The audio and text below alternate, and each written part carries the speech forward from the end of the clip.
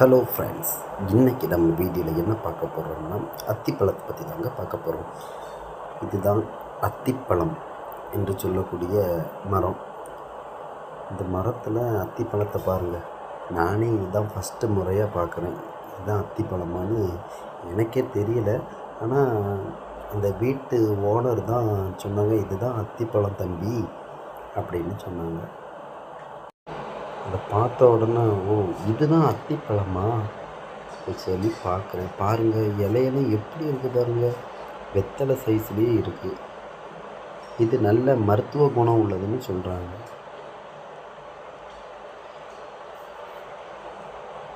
நிறைய காய்கள்லாம் உதிர்ந்து கிடக்குது பாருங்கள், பார்த்துக்கோங்க. கீழே அவ்வளோ பழமும் உதிர்ந்து கிடக்கும். எதனால் இவங்க இந்த பழத்தை